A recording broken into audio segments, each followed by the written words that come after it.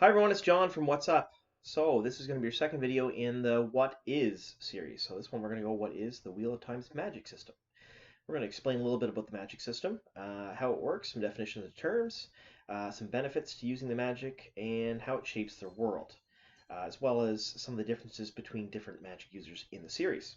Now, as far as spoiler warning goes, we're not going to spoil anything in this video that has to do with plot lines, character arcs, or actual characters themselves, but we are going to talk about some things that maybe aren't mentioned in the first few books.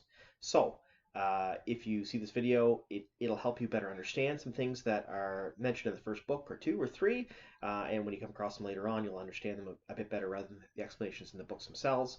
But we won't spoil anything that majorly impacts the books either. So if you want a fresh and clean experience, you probably shouldn't have clicked on the video. But if you don't mind just knowing a little bit more about it without spoiling anything to do with the plot, this is the video for you. All right, so in this book series, this high fantasy series has probably one of the most well thought out magic systems of most series I've read. It's pretty complicated. There's a fair bit to it, and it's also fairly simplistic at the same time. I know that doesn't really sound like it works that way, but it is true.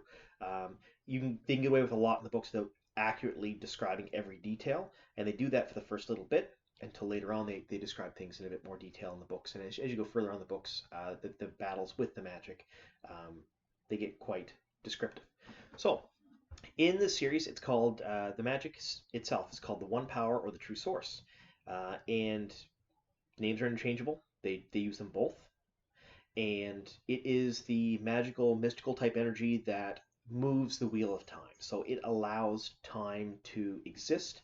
It allows the earth to be what it is. It allows everything to happen the way it is. And there are two halves to it. So think of a yin and yang symbol. So the first half is called Seidar, and that is used by women. And the second half, Seidin, is used by men.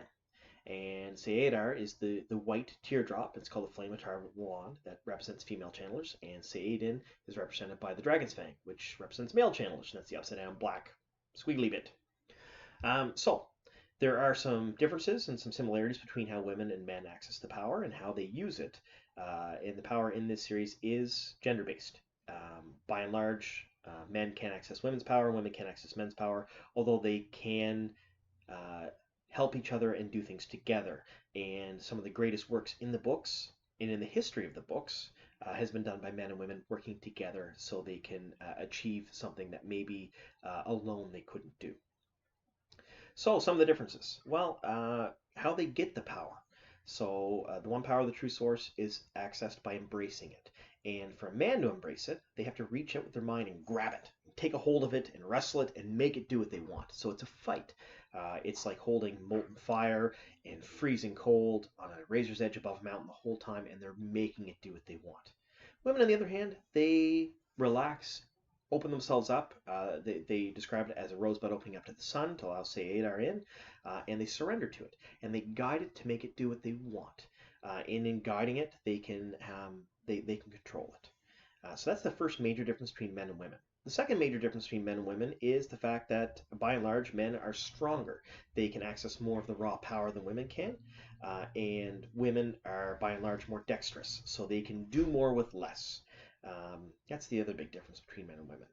Now, as far as using the power, men and women use the power differently, but can do the same things. So there are 5 powers. There's air, wind, water, fire, earth, and spirit.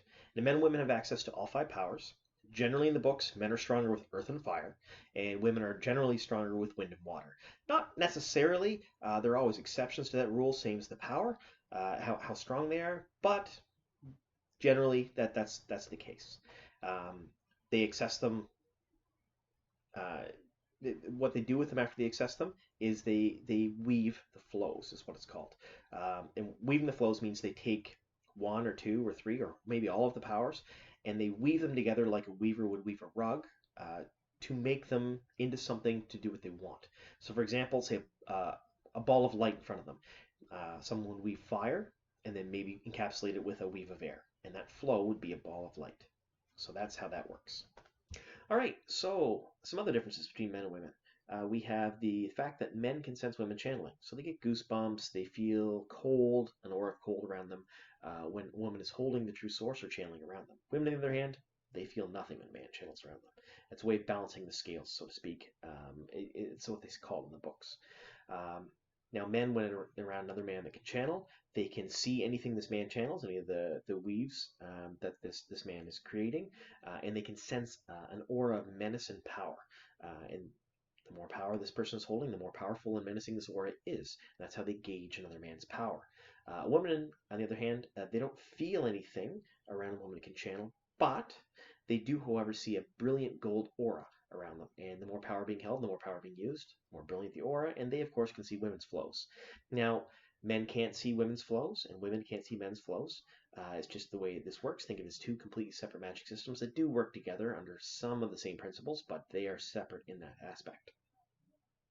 Now, that's the main differences between men and women when they channel. Now we're going to go through some of the similarities. So similarities between men and women, they have the 5 powers that we talked about. They can do a lot of the same things in different ways. So, for example, in the books they describe a woman taking heat out of a fire, like extinguishing a fire. They use wind or water to put the fire out. A man, on the other hand, doesn't use wind or water to put a fire out. He pulls the heat from the fire into himself and redirects it somewhere else. Women can't do that because then they blister and burn and they get hurt. It's not really described as why they do things differently in the books. It's just one of those aspects of some things have to be done differently. And in that sense, a man can't teach a woman how to channel, and a woman can't teach a man because they're so different in how they do things. It's not something they can even describe to each other.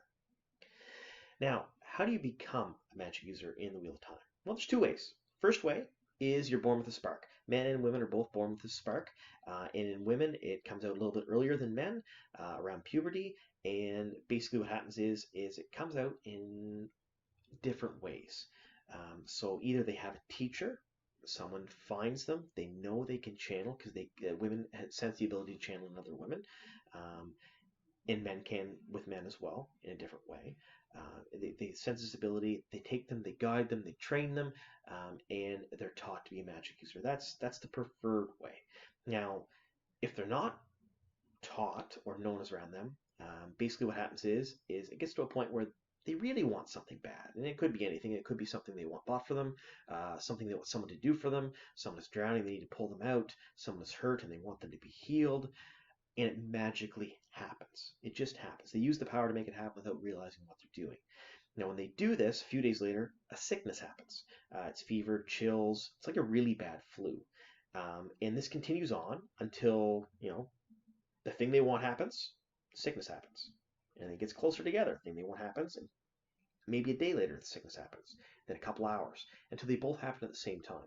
And if they survive that, then they're in no more danger of killing themselves with the power than anyone else. But that initial, sickness and doing their things and getting them close together, only about 1 in 4 people live past that. The rest of them don't use the power properly, can't control it, and they either burn themselves out so they can't channel anymore, or they die. They die from the sickness. Now, we mentioned that women can sense other women channeling. It's just something they do. They get near them, they can sense the ability to channel, and that's what they do. Same as the second way. The second way, how people learn how to channel, is they learn. They have the ability ingrained in them to learn. They'll never channel on their own without a teacher, unless someone teaches them what to do. They'll never actually be able to do it. They have to have someone guide them through it. So you're either born with a spark, or you learn how to do it. And a very, very small percentage of the population can learn how to, and an even smaller percentage of the population is born with a spark. And like I said before, women sense other women that can channel. Men can't really sense other men that can channel. They have to perform a test. It involves using the 1 power to make a flame, and then another man will stare at the flame and concentrate on nothing but the flame. And then, if they can channel or learn how to channel, then a small echo of the power that's being used to flame echoes out of them, and the person conducting the test can sense it, and they realize they can channel. So it's an actual physical test to do so. For men, women, they can just sense it in other women if they're close enough to them and spend enough time around them. All right, so we've gone through some of the similarities and differences between men and women that can channel. We've gone through some of how the magic system works, so to speak, and the last thing I want to talk about are talents. Now, something else that's prevalent in this series is a talent. So a talent can be pretty much anything. So someone can be very, very, very, very good at, say, weaving balls of fire. That's a talent because they can do it using less of the power, and they can do it using without becoming exhausted faster, and they can maybe do it in an easier, quicker way than other people. Now, there's a bunch of major talents in this series to do directly with the magic. Um, and the talents could range from they can do a certain weave way better than anyone else. They can see residue of weaves. So after someone's weave is finished, they can go and they can read the residue and they say, okay, I know what this was that used to be here. Not everyone can do that. There are multiple talents that have to do with um, the one power themselves, and there are multiple talents that regular people in the world have as well. And we'll get into them in another video. So anyway, I want to thank you all for watching, and here's to many more.